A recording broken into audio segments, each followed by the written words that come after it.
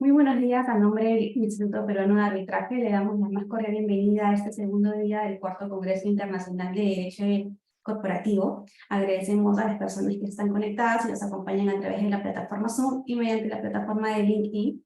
Les recordamos que pueden formular sus preguntas en la sección de preguntas y respuestas. Y a continuación les doy una muy cordial bienvenida a nuestro panel, que el día de hoy van a desarrollar el tema experiencias en la aplicación del control previo en la práctica de fusiones y adquisiciones. El día de hoy este panel está a cargo de la firma Cuatro Casas, que es una firma de abogados internacional con marcada implantación en España, Portugal y América Latina, donde cuenta con presencia en Chile, Colombia, México y Perú, con un equipo multidisciplinar de más de 1.700 profesionales y 26 nacionalidades. Cubre todas las disciplinas del derecho de empresas, aplicando conocimiento y experiencia desde una visión sectorial y enfocada a cada tipo de negocios. Dispone de 27 oficinas en 13 países y mantiene además una estrecha colaboración con otras firmas líderes para ofrecer un equipo adaptado a las necesidades de cada cliente y situación. El día de hoy nos acompañan los doctores Diego Carrión. El doctor se especializa en Derecho Corporativo, Transacciones de Fusiones y Adquisiciones, Capital Privado, también es experto en mercados de valores y acuerdos de financiación. Ha participado en algunas de las transacciones nacionales e internacionales más sofisticadas e importantes de los últimos años. Imparte los cursos de instituciones de Derecho Comercial y Derecho Corporativo y Financiero en la Pontificia Universidad Católica del Perú. Bienvenido, doctor. También nos acompaña la doctora Kion Osorio. La doctora se especializa en fusiones y adquisiciones, derecho corporativo, transacciones financieras, derecho bancario, seguros, mercado de capitales, regulación financiera. Ha asesorado a empresas nacionales e internacionales en transacciones sofisticadas que involucran múltiples jurisdicciones relacionadas con la compra y venta de acciones, activos, oferta de valores, entre otros. Bienvenida, doctora. Y el día de hoy nos apoya en la moderación el doctor Oscar Reyes. El doctor lidera el área de fusiones y adquisiciones en la región de Latinoamérica y coordina el área de Private Equity en la oficina de Lima. También está especializado en financiación de proyectos y financiaciones. Ha participado en varias de las transacciones más relevantes y sofisticadas a nivel local e internacional, incluyendo múltiples jurisdicciones. Gracias, doctor. Les doy el uso de la palabra. Muchas gracias, Valeria. Y muchas gracias al Instituto Peruano de Arbitraje por organizar este cuarto Congreso de Derecho Corporativo. La verdad que es muy importante la labor que realiza el IPA desde hace muchos años en promover el derecho corporativo y las fusiones y adquisiciones. Y yo creo que el mercado lo aprecia mucho. El día de hoy tengo el honor y el placer de compartir el panel con mis dos socios, con Kiyomi y con Diego, con quienes trabajamos día a día, codo a codo en transacciones de Money, y desde hace poco menos de 2 años, con bastante influencia del control de concentraciones. En Perú, como saben, hasta antes de, hace poco menos de 2 años, no teníamos un régimen de control de concentraciones, excepto por el sector eléctrico, y entonces era muy fácil hacer transacciones en las cuales uno podía tener firme y cierre simultáneos.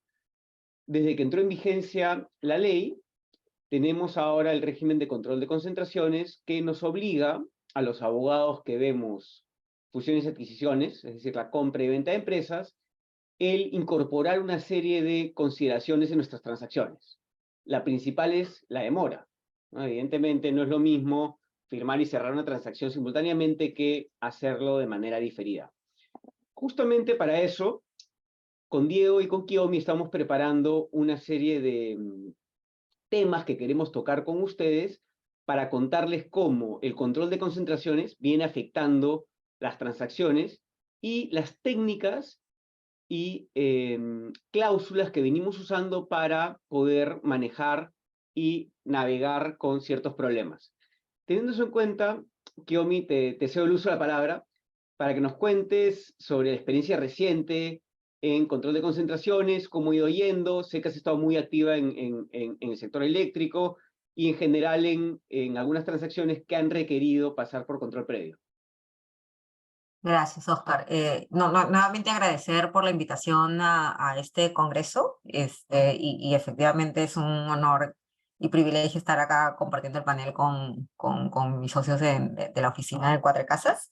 Y efectivamente, ¿no? Como dice Oscar, nosotros hemos estado bastante activos en operaciones de M&A que han implicado requerir esta autorización previa del Indecopi, que es recientemente nueva. Antes teníamos efectivamente en el sector eléctrico alguna autorización previa por normas sectoriales, pero ahora con esta norma de control de concentraciones, pues se ha hecho la autorización bastante transversal a cualquier sector que supere estos thresholds que establece la ley, ¿no? Y no entraré en detalles de eso porque pues, claramente nosotros somos abogados de M&A que acompañamos los procesos de autorización de control de concentraciones por la misma transacción. Y hemos estado, y voy a proyectar solamente para ayudarme a mí a hacer un poco la explicación de lo que hemos estado viendo en los últimos meses.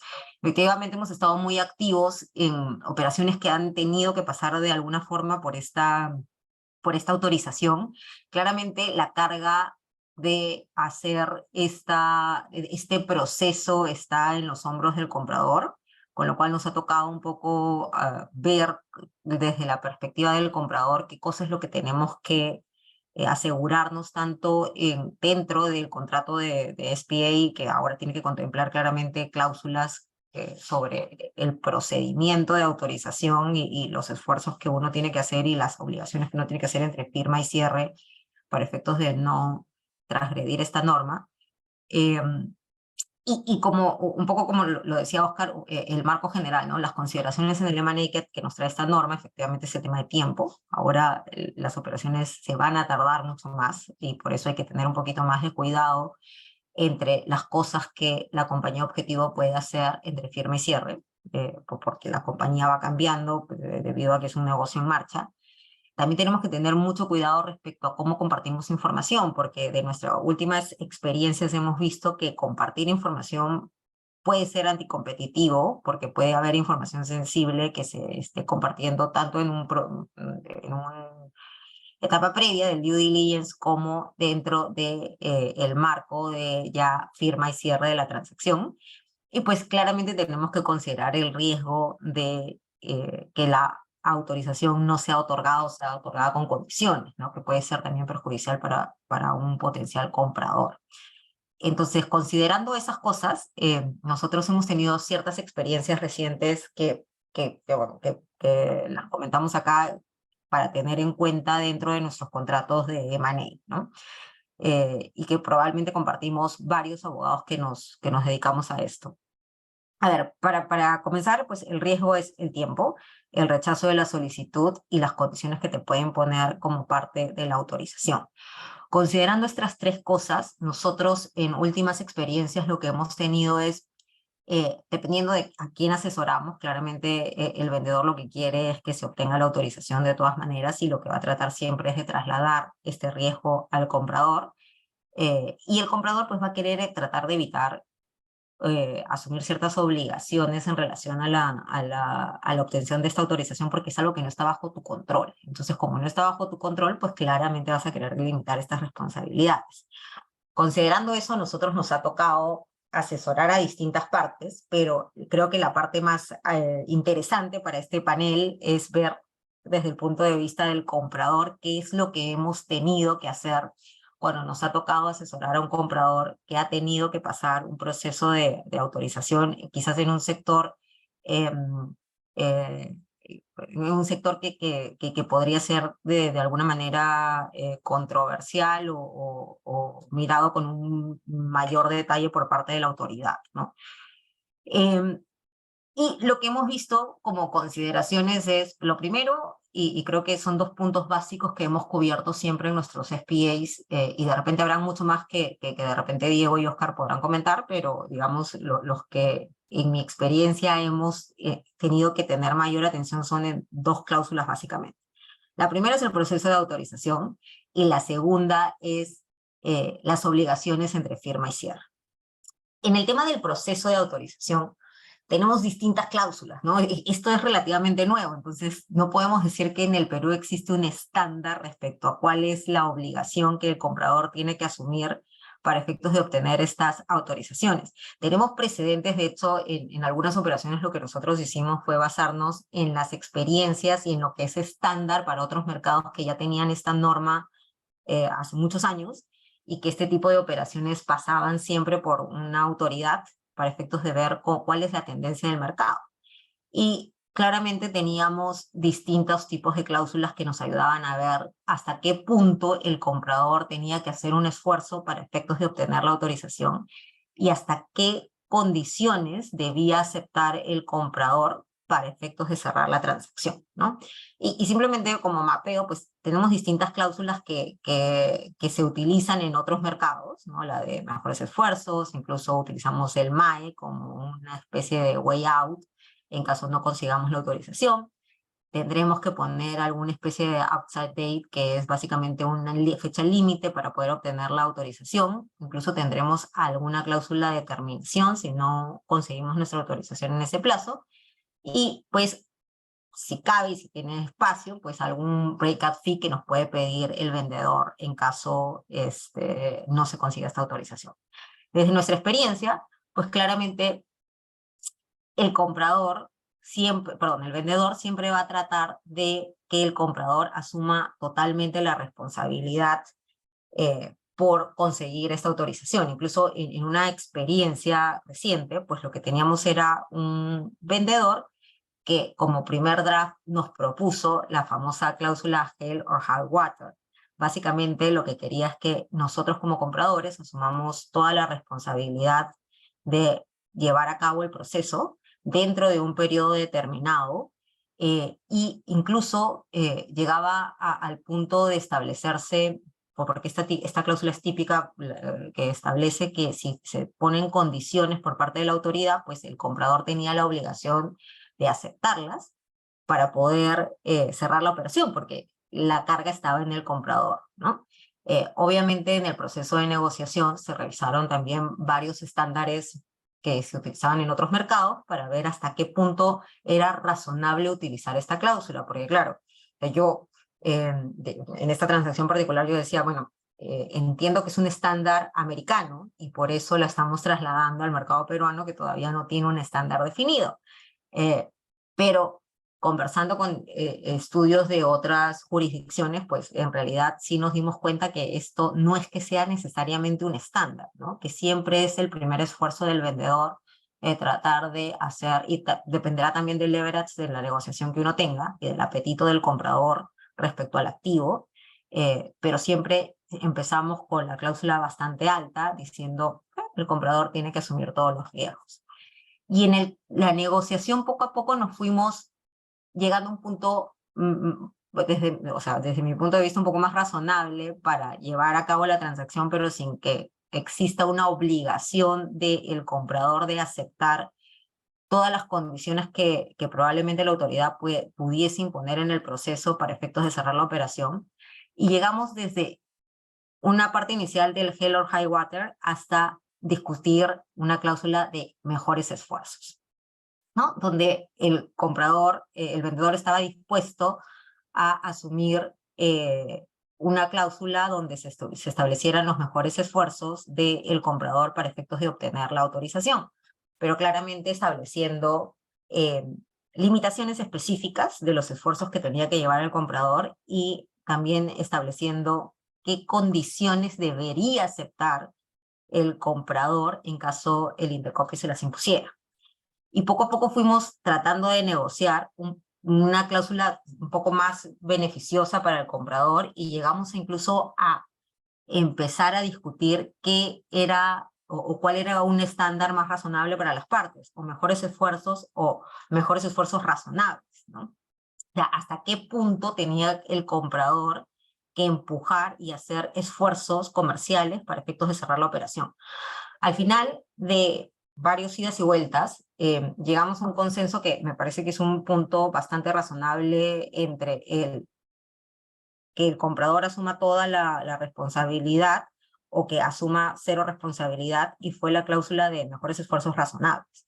O sea, tener una cláusula donde el comprador tiene que hacer los esfuerzos razonables para efectos de llevar a cabo o de obtener la autorización del Indecopi, pero claramente son esfuerzos comercialmente razonables. Si es que en alguna etapa de la operación hay algo que llegamos a un punto de incertidumbre respecto al éxito de la autorización, que haga que ya estos esfuerzos no sean comercialmente razonables, pues hasta ahí era la responsabilidad que iba a asumir el comprador. Y también establecimos, como parte de un proceso, entendiendo también la necesidad del vendedor de no dejar solamente a los esfuerzos razonables del comprador, sino que tener alguna especie de certidumbre de que el comprador no iba a utilizar cualquier condición que no afectara comercialmente al comprador para efectos de evitar cerrar la transacción.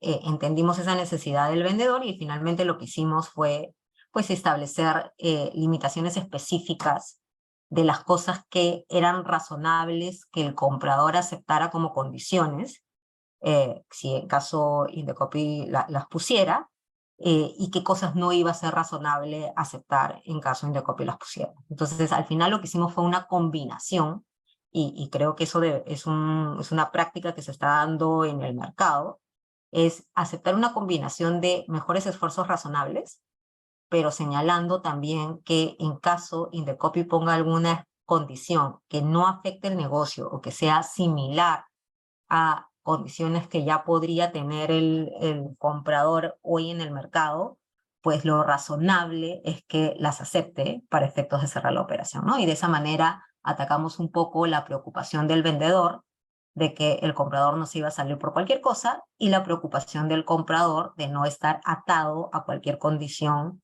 que Indecopi pudiese exigir en el marco de este proceso.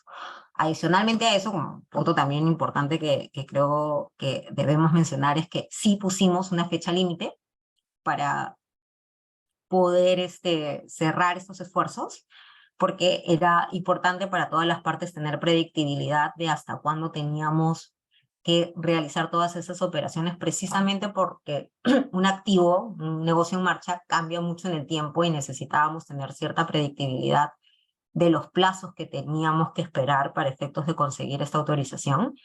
Y en algún momento se discutió los famosos breakout fees, pero al final decidimos que no cabía, ¿no? Precisamente porque íbamos a hacer los mejores esfuerzos razonables y que habían ciertas cosas que íbamos a aceptar en la medida que comercialmente no afectar el negocio de la compañía, ¿no? Entonces, eso como un primer punto sobre el estándar de esfuerzo que tenemos que realizar como compradores para efectos de llevar a cabo la operación. Interesante porque nos fuimos desde, me recuerdo que cuando inició esta norma, discutíamos mucho sobre esta cláusula del high or high water, porque pensábamos, o yo por lo menos pensaba que era el estándar que se seguía en todos los contratos, y finalmente con experiencias recientes hemos visto cómo esta cláusula ha ido evolucionando para efectos de hacer algo mucho más balanceado entre las partes y darle seguridad al comprador de que, o darle seguridad al vendedor de que el comprador no se va a salir alegando que no pudo obtener la autorización simplemente sin hacer ningún esfuerzo, y dándole la tranquilidad al comprador de que no va a estar obligado a necesariamente cerrar una operación si es que eso implica que comercialmente pueda afectar el negocio actual que tiene, ¿no? Eso me pareció súper interesante, ponerlo como primer punto de análisis en nuestro contrato de compra-venta, porque claro, es una cláusula que en mi época solamente veía de una manera distinta, pero en aquellos M&As que requerían alguna autorización, por ejemplo, de la SBS o la SMB, donde sí tenías una autorización previa y establecía ciertos pasos. Hoy con la norma de control de concentraciones, cuando tienes o sospechas o ahí existe el análisis de que vas a pasar por esta autorización, esta es una cláusula de cajón y el estándar de actuación que tiene que tener cada parte es una cláusula que lleva tiempo discutir porque existen claramente intereses contrapuestos y ambas partes quieren asegurarse de no estar atados por un lado o de que no se salga la otra parte de manera rápida, ¿no? Y la segunda cláusula que creo que es importante destacar en esta ponencia sobre qué consideraciones tuvimos nosotros también en nuestro contrato de M&A, porque, claro, para mí era algo nuevo, porque normalmente cuando no tenías esta norma o esta norma no aplicaba, lo que pasaba mucho es que tenías una cláusula cuando tenías firma y cierre diferido, que eran pocos por alguna autorización específica o porque tenías que conseguir este certificado de costo computable, si era un vendedor extranjero, eh, pues tenías una cláusula que te establecía los covenants entre firma y cierre. Y normalmente como comprador, nosotros poníamos obligaciones de todo tipo, o sea, eran obligaciones de no hacer cualquier cosa que sin autorización previa del comprador. Incluso, en algunos casos hemos llegado a poner, recuerdo en algún M&A que tuvimos, que hemos llegado a poner un comité, ¿no? Un comité consultivo que estaba conformado por alguien del comprador y alguien del vendedor para efectos de aprobar ciertas operaciones de la target durante este periodo interino entre firma y cierre. Pues claramente esto con esta norma de control de concentraciones es algo que no se puede hacer, porque tenemos el famoso concepto del gun jumping, que efectivamente lo que te dice es que no te aceleres a actuar como controlador de una target cuando el regulador todavía no te ha autorizado. Entonces, una de las cosas que estuvimos discutiendo mucho, y me acuerdo que tratamos de ver precedentes, incluso europeos, para ver cómo manejaban este periodo interino para efectos de no contradecir la norma, ¿no? Y lo hablamos mucho con la gente de la oficina de Madrid, incluso para ver qué es lo que establecían ellos. Claro, hay una diferencia sustancial, no sé si sustancial, pero hay una diferencia clara en una jurisdicción que tiene muchos precedentes al respecto, porque claramente es una norma que viene aplicando hace muchísimos años, entonces hay pronunciamientos de distintas autoridades respecto a qué es lo que se entiende comercialmente aceptable entre firma y cierre en una compañía que todavía está en un proceso de una autorización previa de control de concentraciones, y en una jurisdicción como la nuestra, donde la norma es reciente y todavía no tenemos un precedente o una pronunciación respecto a qué criterios Indecopi va a seguir para efectos de determinar si en alguna operación ha ocurrido este gun jumping. Entonces era un poquito difícil establecer cuáles iban a ser esas obligaciones. Entonces, finalmente, como experiencia, lo que nos quedó claro es que hoy todavía no hay criterios establecidos públicos por Indecopi sobre qué actuaciones podrían considerarse como gun jumping, y no hay un precedente todavía de sanción al respecto en el marco de la norma de control de concentraciones. Pero que claramente Indecopi puede estar analizando estas actuaciones independientemente de que no haya emitido, o en ese momento no había emitido un pronunciamiento público al respecto. También nos quedó claro por las conversaciones y por la experiencia que tuvimos en ese momento es que estos covenants entre firma y cierre ya no pueden contener un comité consultivo, un comité decisivo conformado por algún miembro del comprador, porque claramente ahí sí estaríamos ingiriendo en la compañía antes de haber obtenido la autorización previa. Y estas obligaciones tienen que ser razonables de acuerdo al tipo de negocio. Conceptos prácticos, o sea, obligaciones que razonablemente pues, se puede pedir a la target, dentro del marco del negocio que estamos haciendo. Por ejemplo, límites de gastos, modificaciones de contratos materiales del proyecto, que ha sido el motivo por el cual tú decidiste adquirir esa compañía, no lo podrían hacer porque claramente está afectando la operación. Inversiones, ¿no? O transferencias, esas son cosas que también tenemos que, o sea, que son razonables pedirlas en el marco de una operación de M&A, porque estás comprando un activo y estás comprando el activo por un motivo específico. Hay obligaciones de no hacer que podemos pedir siempre y cuando sean dentro del curso ordinario del negocio de la target. Me acuerdo que discutíamos mucho con abogados especialistas en temas de concentración porque habíamos puesto dentro de las obligaciones de no hacer el hecho de no tener o no contratar trabajadores. Y claramente, sin contexto, pues nuestros abogados de competencia decían, oye, pero esto no es razonable porque toda compañía tiene trabajadores. Entonces, ¿cómo le vas a pedir que no contrate más? O sea, eso no es razonable dentro del marco de la transacción. Pero el contexto venía, pues claramente que estas compañías no tenían trabajadores todavía porque eran, o sea, porque tenían, o sea, tenían proyectos, pero no tenían trabajadores en planilla. Entonces, dentro del marco del proyecto, era totalmente razonable que yo le pidiera al vendedor que no me encareciera los costos laborales si es que nunca los había tenido.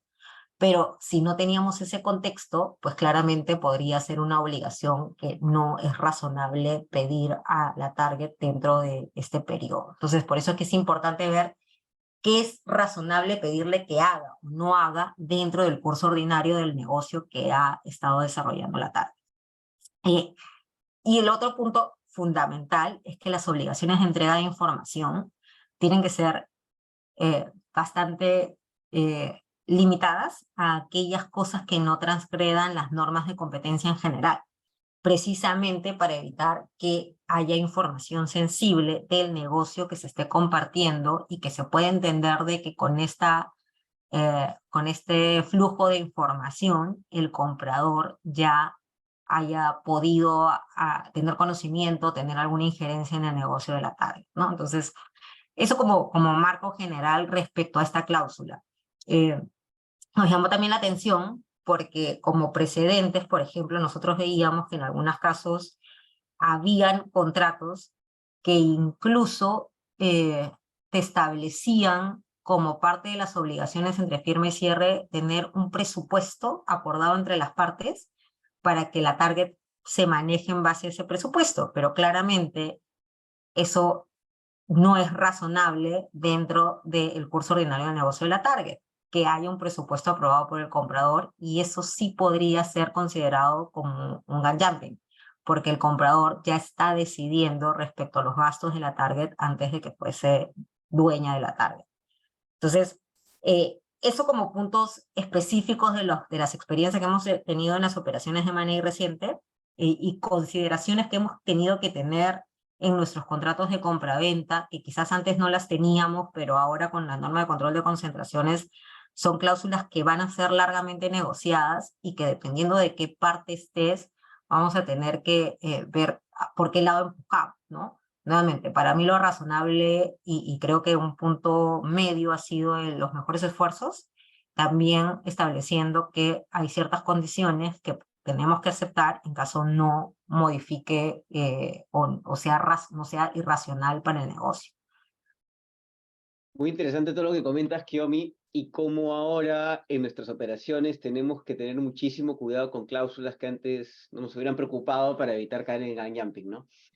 Otro tema que también resulta muy interesante es aquellas transacciones en las cuales uno hubiera creído que no necesariamente se tiene que ir por Indecopy, pero que la norma sí nos lleva a concluir que se requiere una autorización. Y respecto a eso, Diego tiene una experiencia reciente interesante para comentarnos. Cuéntanos, Diego. Dale, gracias. Gracias y nada, gracias al IPA nuevamente por la invitación. Es creo el segundo año consecutivo que estamos acá y en verdad es un gusto grande y un honor poder estar compartiendo esto con ustedes, ¿no? A ver, ahorita vamos a salir un poquito de lo que son las cláusulas de contrato. Creo que Kiyomi nos ha enseñado muchísimo, nos ha refrescado con mucho detalle este tipo de cláusulas que ahora van en los SPA que antes no habían y cómo se suelen negociar. Esto es algo que no no cualquier equipo de M&A tiene, porque no son tantas las operaciones que pasan por este filtro, y hemos tenido la suerte de poder estar en esas transacciones y poder aprender de esas transacciones. Ahora lo que quiero es salir un poquito más a la parte previa, en la cual uno dice, bueno, ¿tenemos que pasar o no tenemos que pasar por el control previo de Indecopy? Y fue interesante esta experiencia que ahorita, bueno, después voy a proyectar un par de gráficos, pero le voy contando. En enero del año pasado, mentira, enero de este año, ha pasado diciembre del año pasado, arrancó las conversaciones, en enero empezamos con la asesoría. Y se trataba de un trader de fruta, verduras, muy grande a nivel internacional, que se estaba asociando con un packer y trader chileno-peruano, por decirlo de una manera, también muy grande acá en la región. Y lo que estaban haciendo era negociar un convenio de coinversión y un convenio de accionistas para poder poner entre los dos toda su experiencia, plata, logística, y poner una nueva sociedad en Perú. Y esa nueva sociedad se iba a dedicar también a packing, se iba a dedicar a agroexportación, a trading, tenía una serie de funciones muy, muy interesantes. Y la inversión, por decir números gruesos, estaba entre 20, 30 millones de dólares entre los dos. O sea, no era una inversión baja. En lo que se empezó la negociación,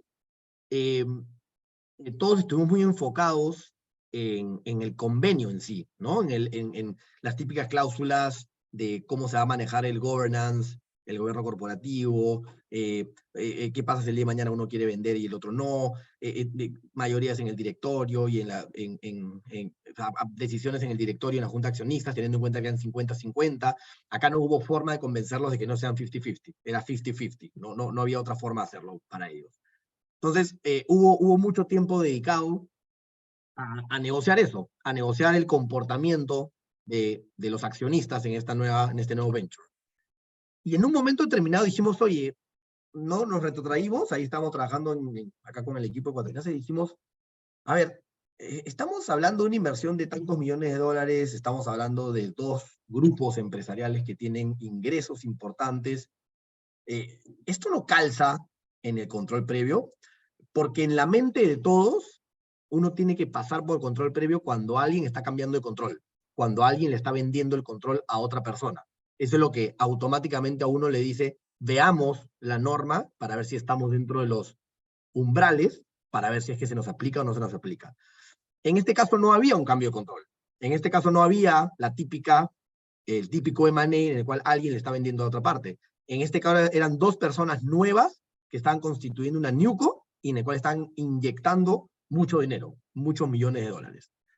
Entonces, revisando la norma, y acá déjenme proyectar esto acá un ratito. Creo que es este gráfico. Voy a decir esto de acá. Ahí se ve, ¿no? Ahí está, ahí se está viendo. Entonces, revisando la norma, y acá creo que es importante entrar a lo que es la delimitación de la cancha, o sea, delimitar cuáles son los supuestos y los tipos de operación que están sujetos a un régimen de control.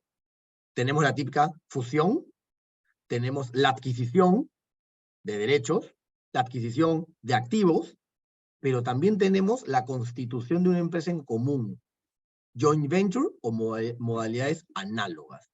Y este es un cajoncito que se queda un poco olvidado. Es algo que la gente no necesariamente tiene en mente. Entonces, a raíz de esta experiencia, nosotros levantamos la mano con el cliente y le dijimos, creemos que es necesario evaluar si es que estamos sujetos o no al control previo. Y para eso fue necesario hacer todo un requerimiento de información. ¿Por qué?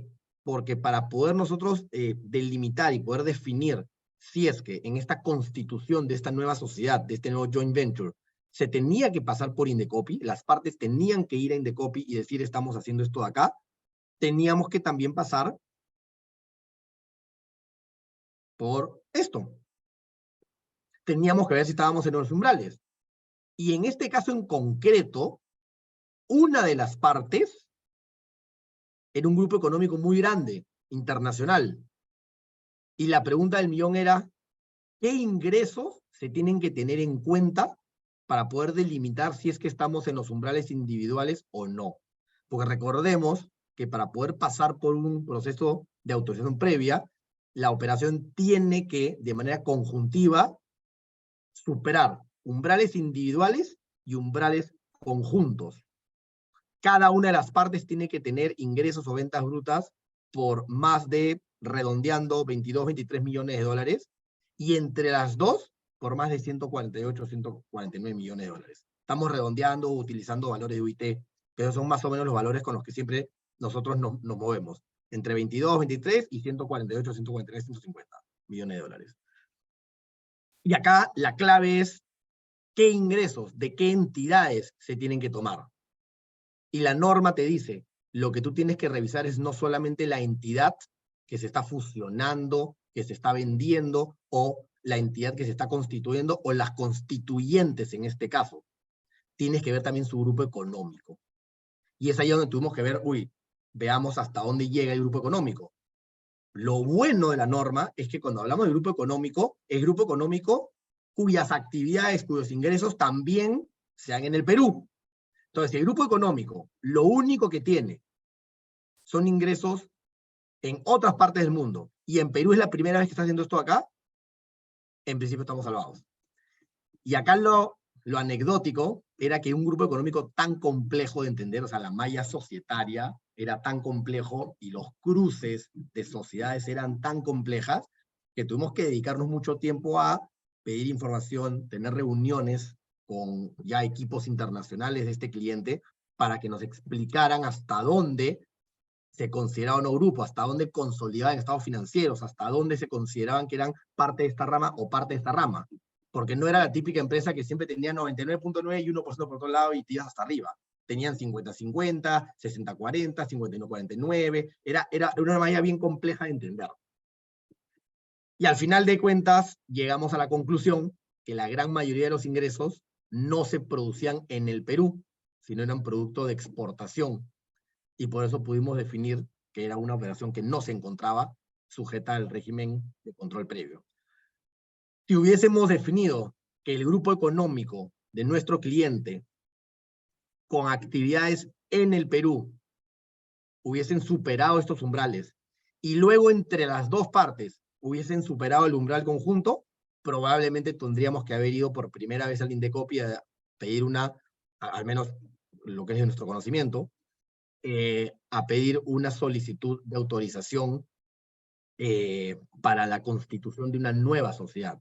Iba a ser un nuevo caso, al final no tuvimos que ir, bueno, al final siguieron las negociaciones, hasta el día de hoy siguen negociando, no han cerrado la operación todavía, no por un tema de Indecopi, sino un tema comercial nada más, pero nos pareció muy interesante porque era la primera vez que a la interna veíamos un caso así, y fue muy interesante ver qué tipo de información teníamos que solicitar y tuvimos que preparar nuevos requerimientos de información y qué tipo de validaciones que teníamos que tener respecto a consolidación de estados financieros, respecto de limitación del grupo económico, para ver si estábamos o no dentro de un supuesto, ¿no? Entonces, esto es una experiencia que nos enseñó muchísimo y creo que era bueno compartir acá, porque hay que estar un poco aware, ¿no? Hay que estar un poquito atentos a casos inusuales que también podrían estar sujetos a este control, ¿no?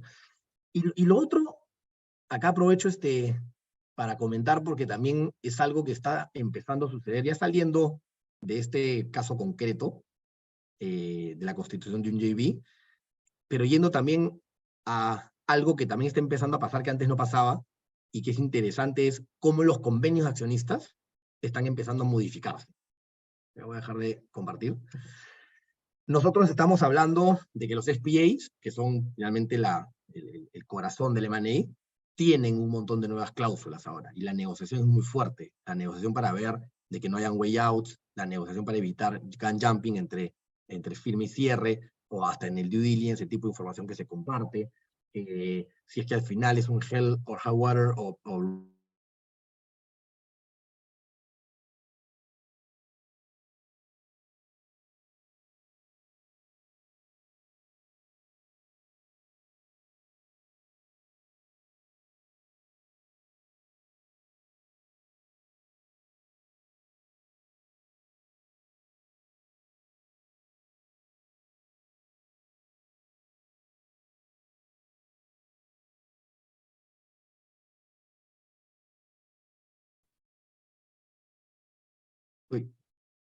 esa parte se la puede vender a un tercero, no me están grabando, parece. Esa parte se la puede llevar a un tercero, se la puede vender a un tercero, y esa misma parte puede tener un derecho de arrastre, que es el conocido drag along. Y eso hace que tenga el derecho, y la parte que no quiso comprar tenga la obligación de juntarse a la venta y vender todo a este tercero. Lo interesante acá es que antes simplemente regulabas cómo era el procedimiento y más o menos tenías un plazo pues, de 6 meses para poder cerrar la operación. Hoy por hoy, si es que estamos en una compañía que probablemente va a tener que pasar por Indecopi, ya no basta esos 6 meses, porque esos 6 meses se podrían quedar cortos y esa regulación podría ser insuficiente y podríamos quedar en un vacío. Entonces ahora lo que estamos empezando a ver es que también en esas cláusulas de drag along o de tag along se empieza a regular la posibilidad de que se tenga que pasar por Indecopi.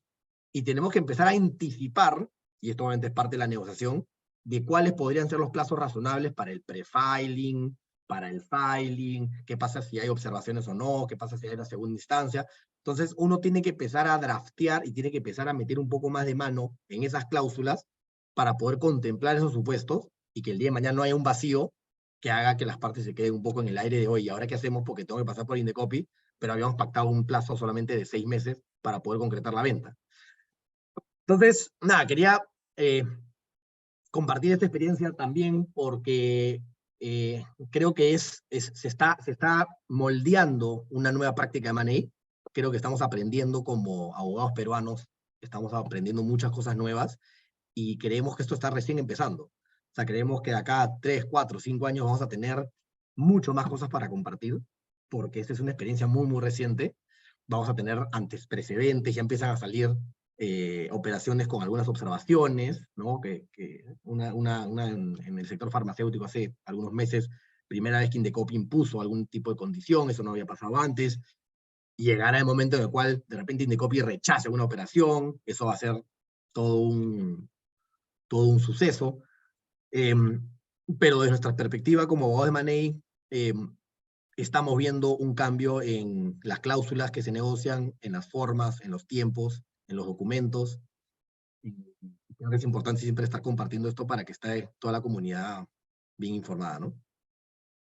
Gracias, Diego. Yo quería aprovechar lo que comentabas sobre la novedad de algunos contratos, cláusulas y negociaciones que se hacen para preguntarle a Kiyomi que nos cuente la experiencia con los famosos Clean Teams, ¿no? Con estos equipos limpios que en Perú eran absolutamente desconocidos hasta hace unos pocos meses, pero ahora cada vez más los vemos en transacciones. Entonces, Kiyomi, cuéntanos qué son los Clean Teams, cuándo se usan y cuál ha sido tu experiencia negociando los Clean Team Agreements. Efectivamente novedad, o sea, porque claramente nosotros cuando hacíamos due diligence antes teníamos un equipo de X personas con nuestro acuerdo de confidencialidad claramente, pero no teníamos, e incluso la compañía misma, o sea, la que iba a comprar, pues se metía a revisar información, ¿no? Y te pedía, oye, dame la información, bájate lo que sea que te hayan dado en el VDR para efectos de que ellos puedan tener algo en sus archivos y regresar a los documentos, ¿no? Con esta norma, pues claro, nosotros entramos en este concepto de qué cosa es un clean team, ¿no? Que quizás muchas veces o antes no los habíamos escuchado. O sea, el clean team es básicamente un equipo limpio. ¿Limpio de qué? De el bote, o sea, del riesgo de poder tener alguna conducta anticompetitiva. Básicamente es el equipo que tú designas para revisar información sensible que puede tener un efecto en la competencia en el mercado específico en el que se está desarrollando la target. ¿Quiénes son normalmente este equipo limpio? Pues son terceros, independientes, ¿no? Normalmente no deberían ser parte de la compañía que va a comprar porque efectivamente tiene un bias ahí y efectivamente puede utilizarse esta información o puede tener acceso a información sensible. Y por eso normalmente son equipos de asesores externos que revisan la información únicamente para efectos de determinar si tienen alguna incidencia en la transacción, pero no pueden darle acceso al comprador a esa información o hacer una descripción específica de términos, por ejemplo, económicos de algún contrato material que pueda tener algún efecto en la competencia. Antes ese cuidado no lo teníamos, ¿no? Y ahora con toda esta regulación de antitrust, pues los tenemos. De hecho, no es que esté específicamente establecido en la norma, pero precisamente para evitar tener alguna conducta anticompetitiva se crean estos equipos limpios para hacer revisión de información sensible y determinar si algo de eso puede afectar a la transacción o no. La primera experiencia que nosotros tuvimos de esto fue ha sido el año pasado, en una transacción multijurisdiccional, donde distintos equipos de Cuatro Casas estaban involucrados en una compra y pues había un potencial impacto en esta norma de antitrust. Entonces lo que hicimos pues efectivamente es tener un acuerdo, ¿no?, de equipos del Clean Team, nombrando al Clean Team y estableciendo cuáles eran las obligaciones de este equipo, que era básicamente revisar. Teníamos un acceso específico nosotros para cierta información que nadie más en el equipo lo tenía. En el momento de hacer nuestro reporte de due, pues no podíamos describir absolutamente nada de los contratos que habíamos revisado, que no la contraparte, precio, plazo, simplemente establecer si había algún impacto en la transacción. Hoy se usan mucho en este tipo de operaciones en dos momentos. El momento previo, cuando tú ya has hecho el análisis de que probablemente vayas a tener que pasar por la magnitud de la target que estás comprando, por esta autorización, y haces, para efectos de revisar en tu due diligence, un equipo limpio que vaya a revisar información bastante sensible. Y en un segundo momento, en un periodo de actualización del reporte que se hizo antes de firmar el SPA, ¿no? Es el periodo entre firma y cierre, donde ya estás próximo a obtener tu autorización y probablemente lo que necesites, el periodo que ha pasado entre firma y cierre es bastante amplio, necesites una actualización de esa información. Entonces tendrás pues también tu equipo ahí que sea el mismo probablemente, que tenga la obligación de confidencialidad, pero no solamente respecto a la información que recibe, sino respecto a lo que va a entregar a su cliente, al comprador, y que haga esta revisión de los contratos sensibles, ¿no? Y esto es básicamente para evitar un riesgo de gun jumping, ¿no? Y esa experiencia la hemos tenido tanto para la etapa previa y en experiencias recientes para la etapa post firma, precisamente para la actualización del DIU. Muchas gracias, Kiyomi. Y bueno, ya se nos está acabando el tiempo, porque queremos dar unos 15 minutos para preguntas. Entonces, un poco para cerrar, Diego, quería que nos comentes si es que había algún otro concepto interesante que habías visto sobre los estándares para obtener autorizaciones y cómo se negociaba eso en los contratos y para cubrir el riesgo de way out. Sí, justo acá me tomé la libertad de preparar en estos días cuadrito, que creo que es bastante gráfico. Ahí está. Que es un poco lo que nosotros hemos podido hasta el día de hoy resumir como los temas destacables, ¿ya?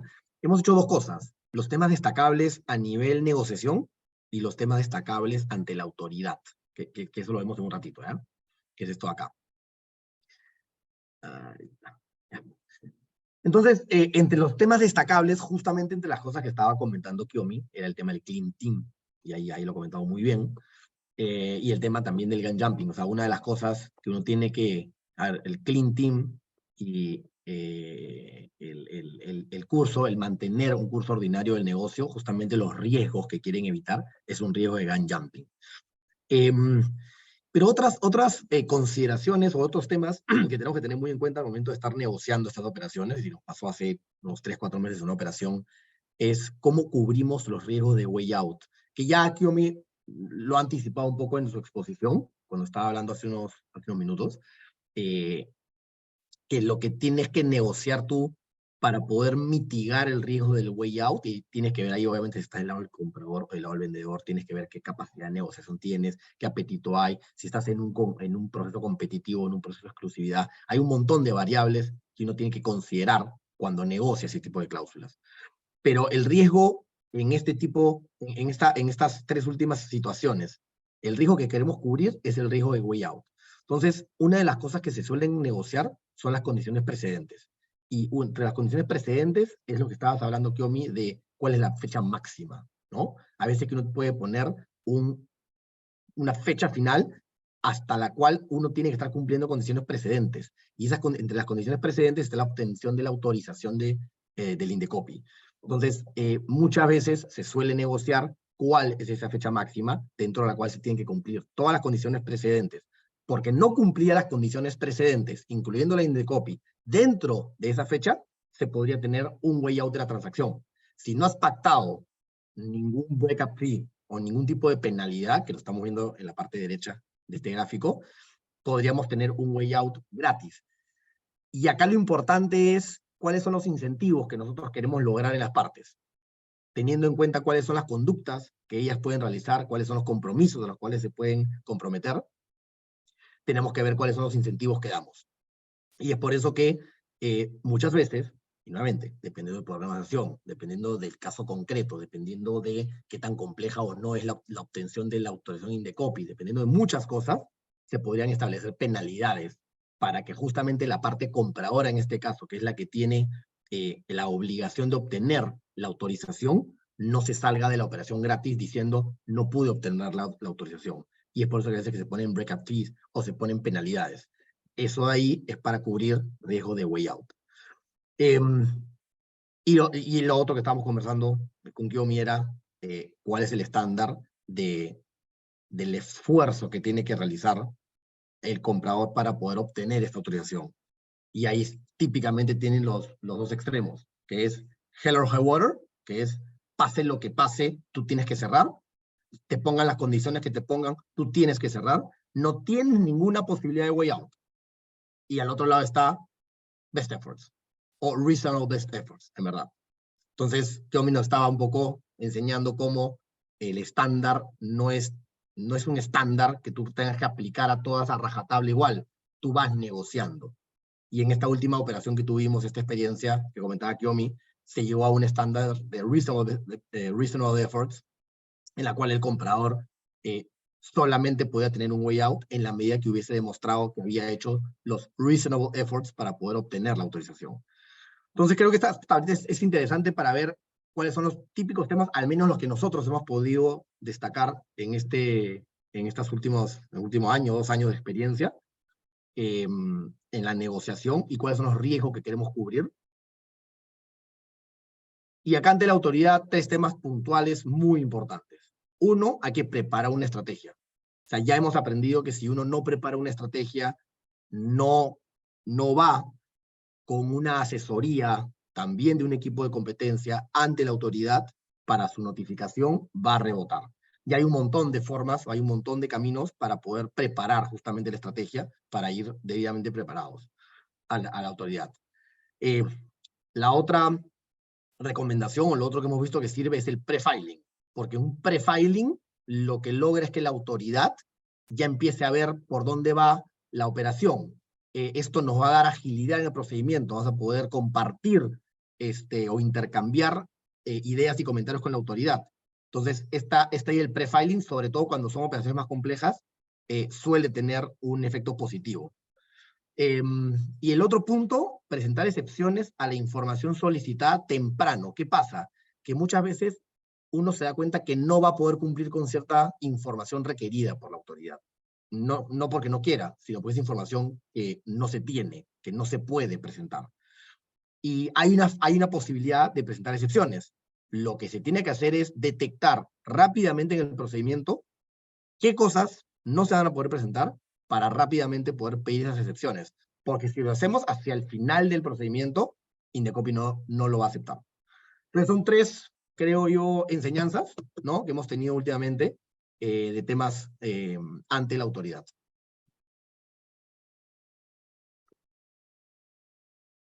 Gracias. Bueno, quería aprovechar para ver si había alguna pregunta del público antes de que cerremos con el panel. No, doctor Oscar, todo ha quedado súper claro. Perfecto. Bueno, quería agradecer a todos los asistentes por haber estado tan atentos durante esta hora y haber participado en esta presentación de este tema tan importante, y un agradecimiento muy especial a Kiyomi y a Diego por haber hecho tan interesante este panel. Así que, y gracias evidentemente a Lipa por la invitación.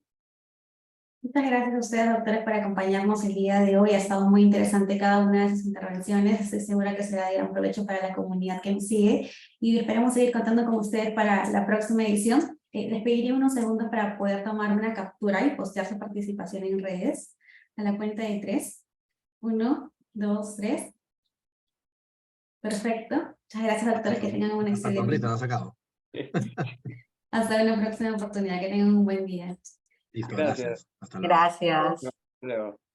Agradezco también a los asistentes que nos han acompañado hasta este momento y por supuesto los invitamos a los próximos eventos que organizaremos.